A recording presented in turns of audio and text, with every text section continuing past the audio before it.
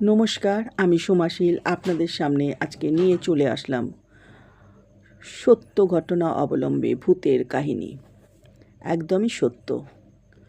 চরিত্রে আছে একটি বাচ্চা মেয়ে। ভয়াবহ ভূতের কাহিনীটা বলার আগে একটা কথা বলে নিই, মন দিয়ে শুনবেন, আসলে আশা করি খুব ভালো লাগবে। তো গল্পটা শুরু করছি।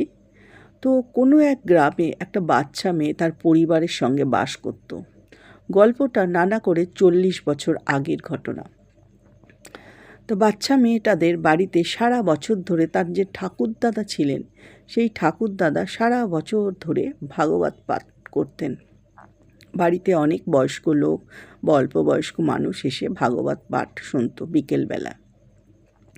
সারা বছর ভাগবত পাঠ হওয়ার পরে বছরের একটি খুব ভালো দিন দেখে একটা মহোৎসব হতো।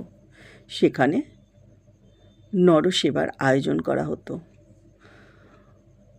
তো সেই দিনটি যেদিন অনুষ্ঠিত হলো, ঠিক সেই দিনকে নরনারায়ণ সেবার জন্য যে রান্নাঘরে রান্নার হেনসেলে খাবার দাবারের আয়োজন চলছিল, সেখানে এক ভদ্র মহিলা রান্না করছিলেন।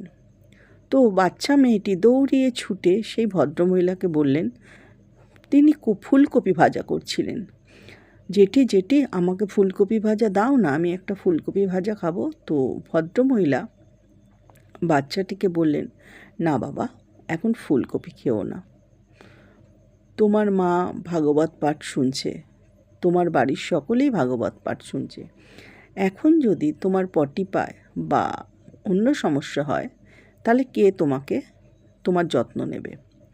তো সেই মুহূর্তে বাচ্চা মেয়েটি জেদের কাছে সেই ভদ্রমহিলা হেরে গেলেন এবং বাচ্চা মেয়েটিকে ভাজা কফি দিতে বাধ্য হলেন। বাচ্চা মেয়েটি যথারীতি একটার জায়গায় 5-6টা ফুলকপি ভাজা খেয়ে নিল এবং খাওয়ার পর সত্যিই তার খুব পটি পেল। আর সেই সময় 40 বছর 45 বছর আগে আমাদের বাড়ি যেখানে ছিল তার থেকে অনেক দূরে কিন্তু আমাদের পায়খানা বাথরুম থাকতো।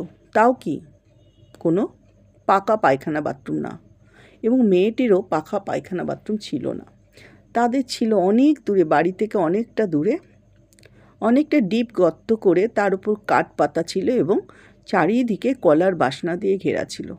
তো মেয়েটা কি করবে, খুব পটি পেয়েছে, কাউকে পেল না। সঙ্গে মেয়েটার বয়স আগে বলা হয়নি, মেয়েটার বয়স তখন ছিল 8 বছর। তার এক দিদি ছিল দুঃসম্পর্ক